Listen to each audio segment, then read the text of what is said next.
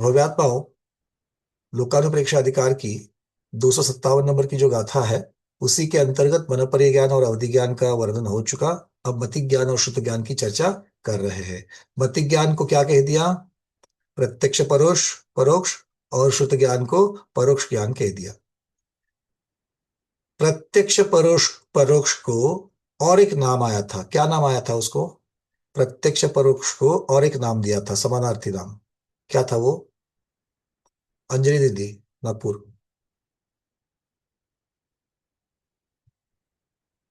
वंदना भैया।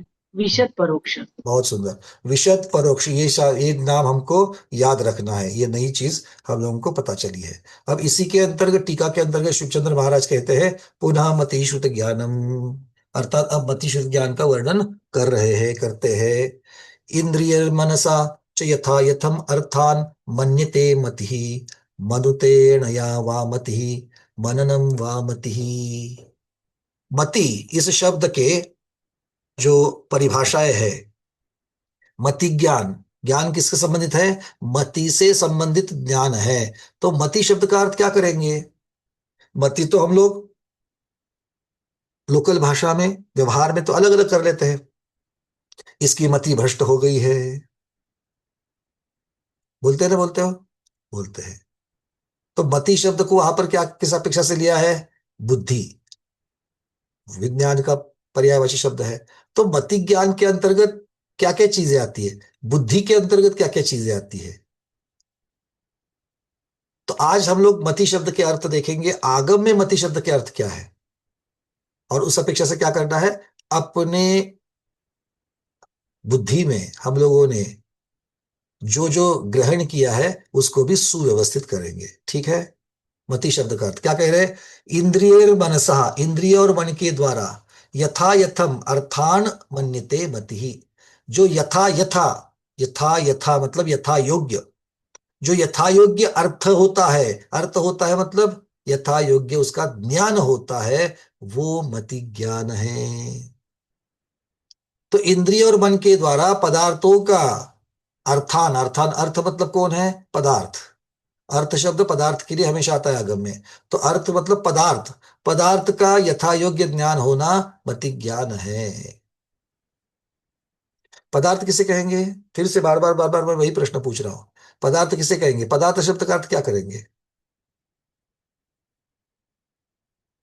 पूर्णिमा दीदी।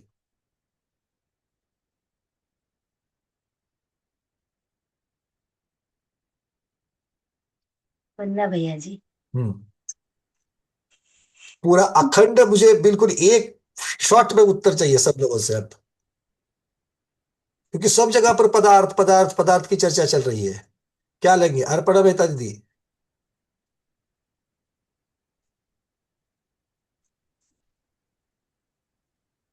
जल्दी से अनम्यूट करें। हाँ, हो गया, बोलिए। पदार्थ यानी अर्थ विचार नहीं क्या? पदार्थ पदार्थ पदार्थ पदार्थ, दीपा मेहता दीदी। मन में स्थित विचार। मन में स्थित विचार किसके लिए शब्द था? मन में स्थित विचार, और मन पर ज्ञान में कुछ आया था शब्द। अब यहाँ पर पदार्थ, अब यहाँ पर मन में स्थित विचार होगा क्या? मति ज्ञान किसे किसे है? मति ज्ञान तो असंगी जीवों को भी है कि नहीं? एक केंद्रीय को भी मति ज्ञान है। और शब्द क्या चल रहा है यहाँ पर?